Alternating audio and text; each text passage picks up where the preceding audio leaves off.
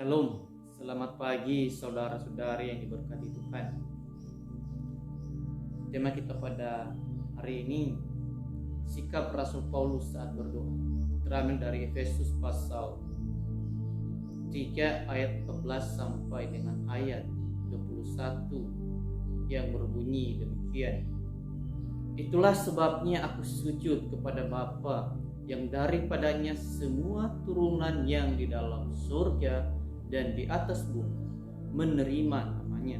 Aku berdoa supaya ia menurut kekayaannya, kemuliaannya, menguatkan dan meneguhkan kamu oleh roh di dalam batin, sehingga oleh imanmu Kristus diam di dalam hatimu dan kamu berakar serta berdasar di dalam kasih.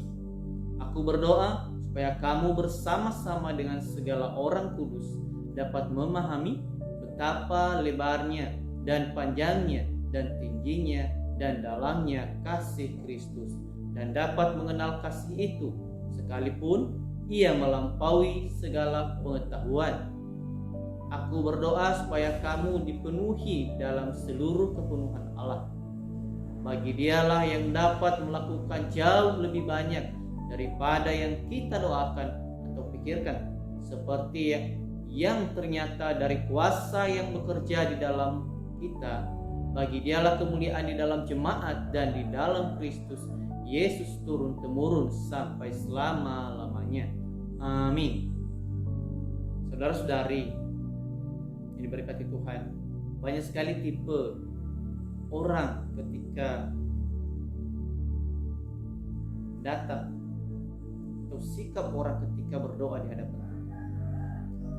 Ada yang berdoa dengan sungguh-sungguh datang ke hadirat Tuhan, dengan kesungguhan hatinya menyerahkan segala keluh kesahnya, segala penderitaan, segala masalah dan pergumulannya. Dia berdoa supaya apapun yang dialami pada saat ini Tuhan berikan jalan keluar, dan supaya semuanya itu sesuai dengan apa yang Tuhan kehendaki dalam kehidupannya. Ada juga yang datang berdoa oleh karena kebiasaan, oleh karena rutinitas. Datang berdoa supaya orang melihat dia orang percaya yang sungguh-sungguh datang dan melakukan tugasnya sebagai orang yang sudah hidup di dalam Tuhan.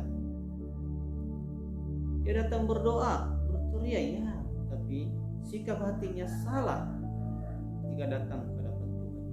Ada juga yang berdoa ketika saya ikut persekutuan doa, saudara-saudari ini berkati Tuhan.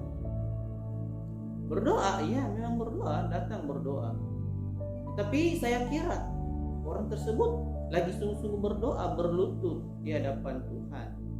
Tapi kenyataannya, saudara-saudari yang berkati Tuhan, orang ini lagi tertidur nyenyak, menikmati tidurnya, bukan menikmati hubungannya secara pribadi dalam doa dengan Tuhan.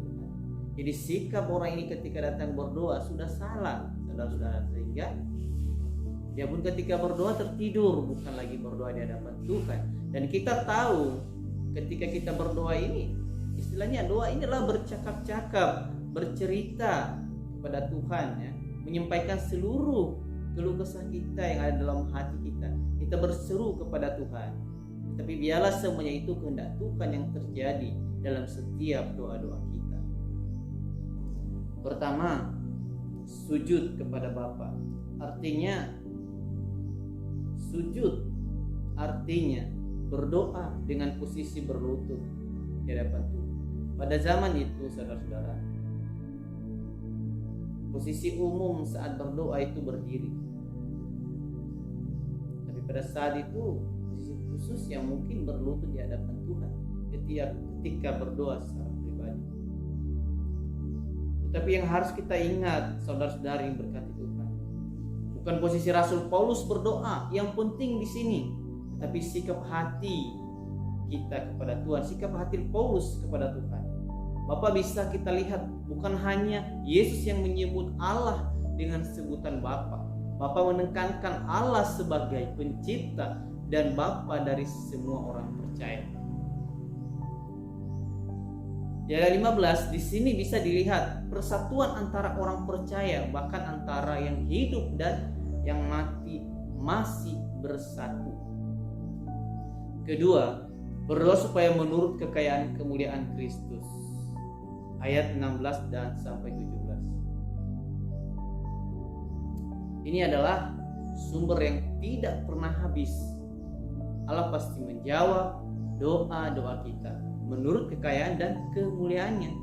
Itu artinya Allah selalu bisa menjawab doa-doa kita. Roh Kudus menguatkan Rasul Paulus di dalam batin. Roh Kudus juga membuat Rasul Paulus kuat.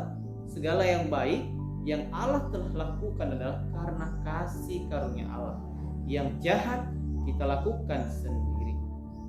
Harus diingat bahwa Kristus tinggal dalam hati kita oleh iman. Berakar menunjuk pada pohon, sedangkan berdasar menunjuk pada bangunan.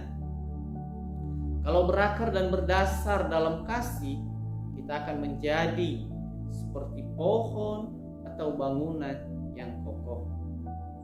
3. Berdoa supaya bersama orang kudus memahami kuasanya. Jika kita sudah berakar dan berdasar dalam kasih Kristus, maka kita dapat memahami luasnya kasih Kristus.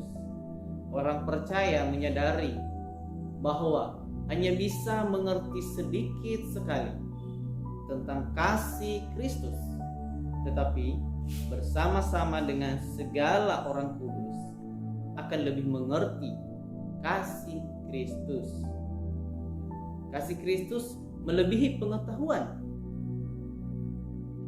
4. Berdoa supaya dipenuhi dengan seluruh kepenuhan Allah. Itu di ayat 19. Ya, kepenuhan sama dengan kesempurnaan. Paulus meminta supaya mereka dipenuhi atau disempurnakan sampai mencapai kepenuhan Allah di dalam kehidupan jemaat di Efesus. Begitupun kita saat ini, orang-orang yang hidup di dalam Tuhan. Matius 5 ayat 48 mengatakan, karena itu haruslah kamu sempurna sama seperti Bapamu yang di sorga adalah sempurna. Atau 1 Petrus 1 ayat 15-16 mengatakan, tetapi hendaklah kamu menjadi kudus di dalam seluruh hidupmu, sama seperti Dia yang kudus yang telah memanggil kamu. Sebab ada tertulis, kuduslah kamu sebab aku kudus. Jadi kepenuhan Allah adalah standar atau tujuan yang harus kita capai sebagai orang-orang yang hidup di dalam Tuhan. Dari 4 poin tersebut, Paulus berdoa supaya orang-orang yang sudah percaya makin maju dalam kerohanian mereka, dan mereka harus menjadikan kesempurnaan Allah sebagai tujuan orang Kristen. Ya, tidak boleh punya iman yang statis. Imannya harus dinamis. Teruslah bertumbuh. Jangan pernah puas dengan kerohanian atau tingkat iman atau pengetahuan, pengenalan akan Allah atau kesucian yang telah saudara-saudari capai. Kita baru akan disempurnakan pada waktu kita mati. Paulus selalu mengawali dan mengakhiri doanya dengan pujian. Amin.